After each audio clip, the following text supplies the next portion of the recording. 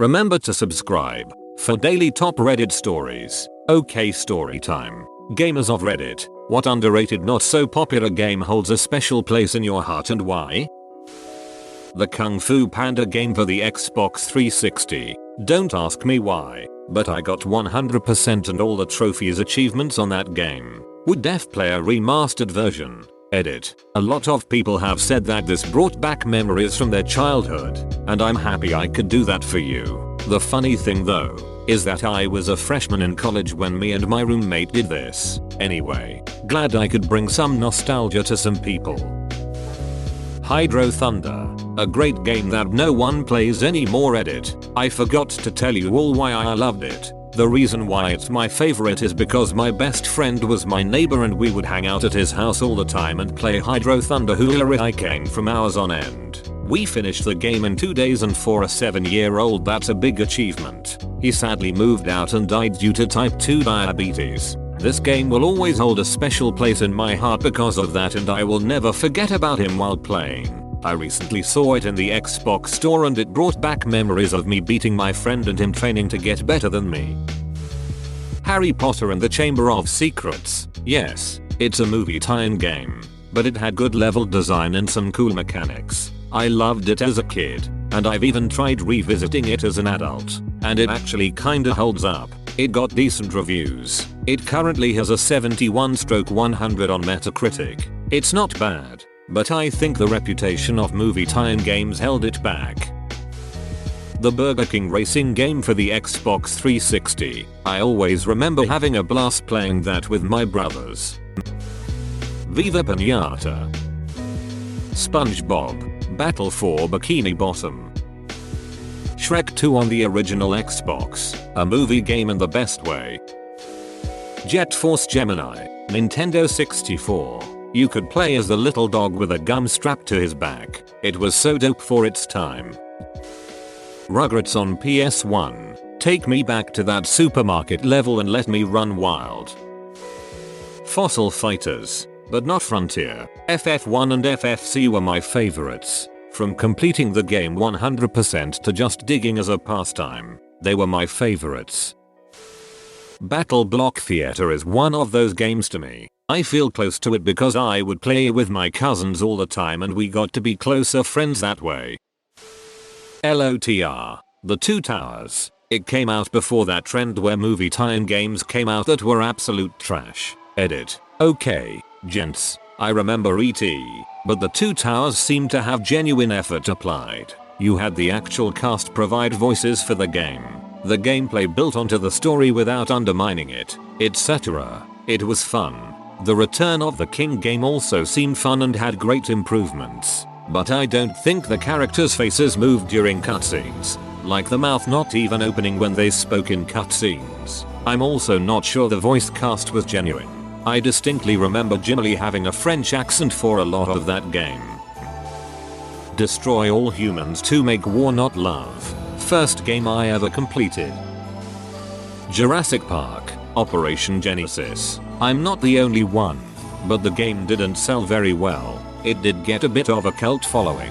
Enough of one that we finally got another tycoon game based on Jurassic Park with Jurassic World Evolution. But he originally actually lets the dinosaurs eat people. Edit. For those of you who would like to play this again, let's just say that Isla Nublar is located in the middle of the high seas. Nintendo Land. It's actually really fun to play with your friends. Punch Out Wii. All the opponents had so much character and they are actually speaking their languages now rather than the random stuff they said in the NES version.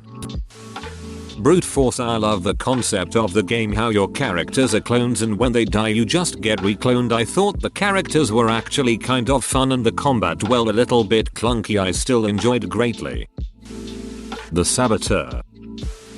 Faxanadu, NES. One of the first adventure games I played. I didn't really understand most of it, but it was kind of creepy, very challenging, and definitely sparked my imagination as a very young kid. My dad has never liked adventure games prior or since, but he'd play Faxanadu with me every once in a while and we'd have a good time getting lost in its, at the time, complex level design.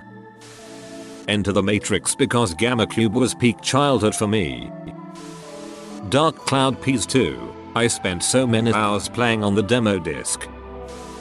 The Nancy Drew games. They are terrible in a lot of ways, but I've been playing them since I was little, so they're pretty nostalgic.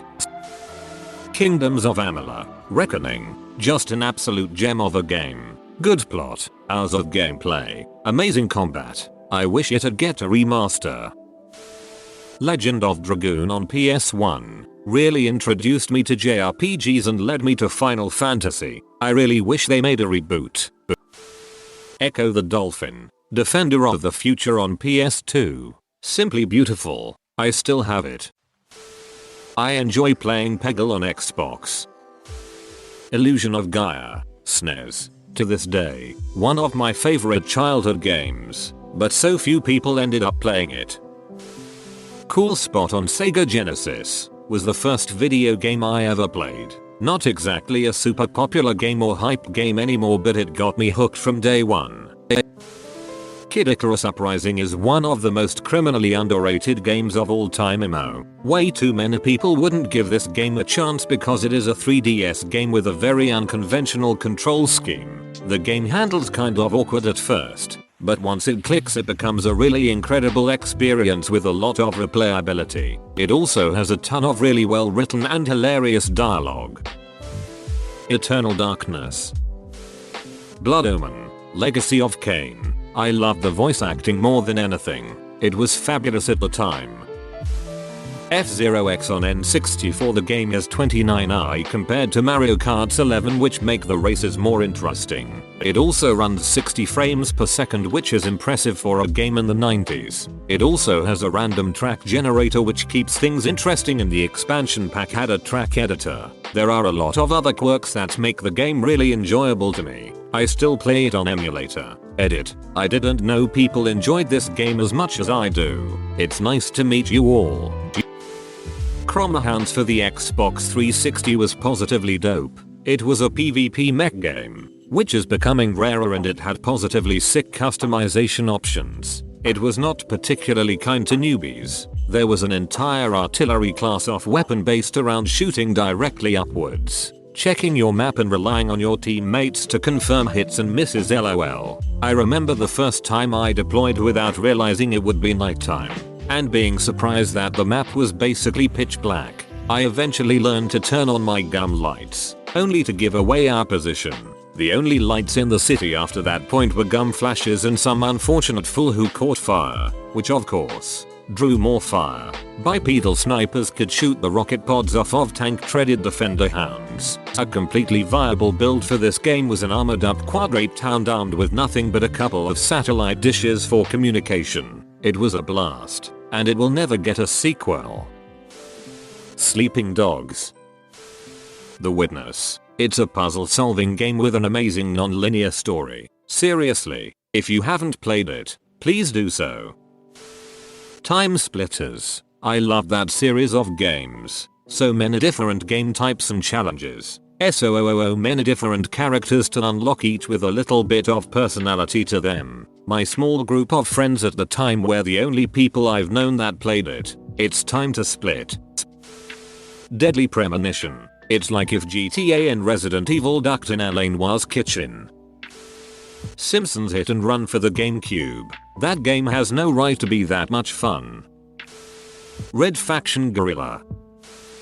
Golden Sun. Definitely an underrated game. Everyone I know who's actually played it loves it. I'd totally recommend it. It's for the Game Boy Advance, by the way, unless you're considering the newer one on the DS, which isn't as good as the old ones, to be honest. And I can't even tell you how much time I've spent playing those games. Star Wars: Shadows of the Empire. It was an FPS, edit, TPS, on the N64, and I played the absolute hell out of it. Spider-Man: Friend or Foe. My favorite childhood game. Till this day I still can't figure out why I love that game so much. Supreme Commander. I will be getting a Sibrinta this year. Their logo has been my gamer tag for the last 10 plus years. Sly Cooper. Amazing games. Lots of great childhood memories. Titanfall 2. It is the GOAT shooter of this general. Nothing comes close to how it plays. So fast. So smooth. Did I mention the matches? It was screwed due to its release between BF1 and COD. Never had a chance despite being superior in every way. Chibi Robo. Freelancer was a fantastic game. Interesting story. Cool customization options. And to this day my favorite starfighter combat in any game.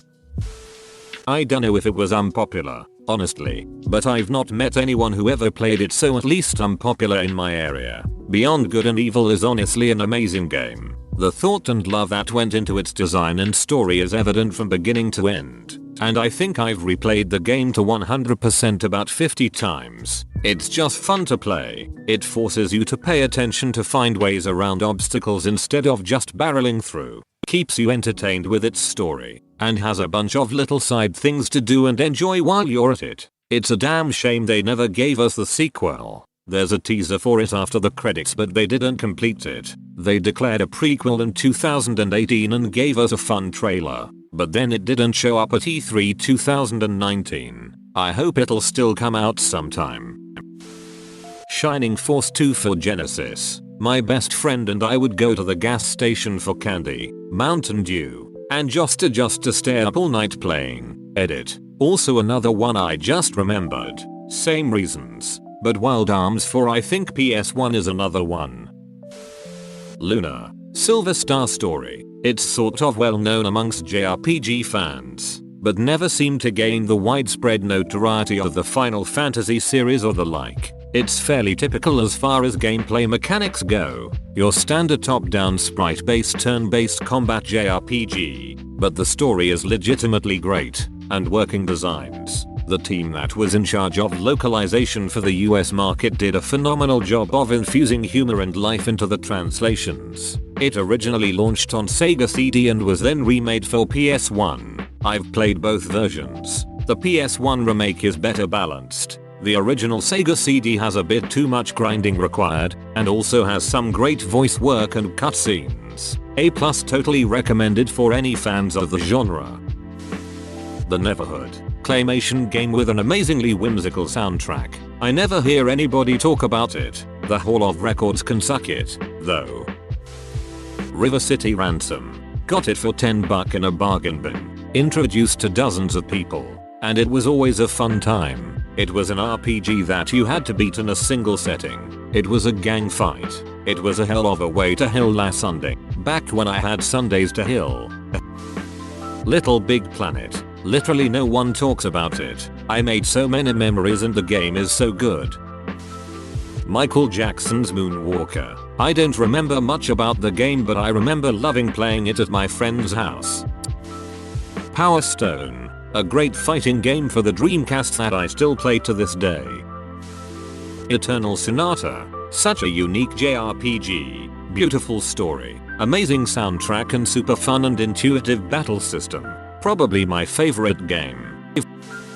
Lisa. The Painful. It's an RPG set in a post-apocalyptic world where all women have died off, and you play a depressed drug addict who finds a baby girl in the desert. The game is depressingly dark and deals with a lot of themes that most games won't go near, but it can also be hilarious with a unique world and vibrant characters. Kingdoms of Amalur. Reckoning. It was a great game that got such little hype, but it's still one of my favorite games. The studio shut down because it didn't sell nearly as well as it deserved to. Viva Pinata. It's the most relaxing game. All you do is make a garden and a home for pinata animals all named with food puns. Shrek Super Slam because it's a Shrek fighting game, I mean come on. Shoot, I gotta save the world. Thanks for listening. If I spark joy, hit me with a like and subscribe. I make new videos every day. Till then, check out another video or leave a comment. I love you. Have a great day, you confident top tier person.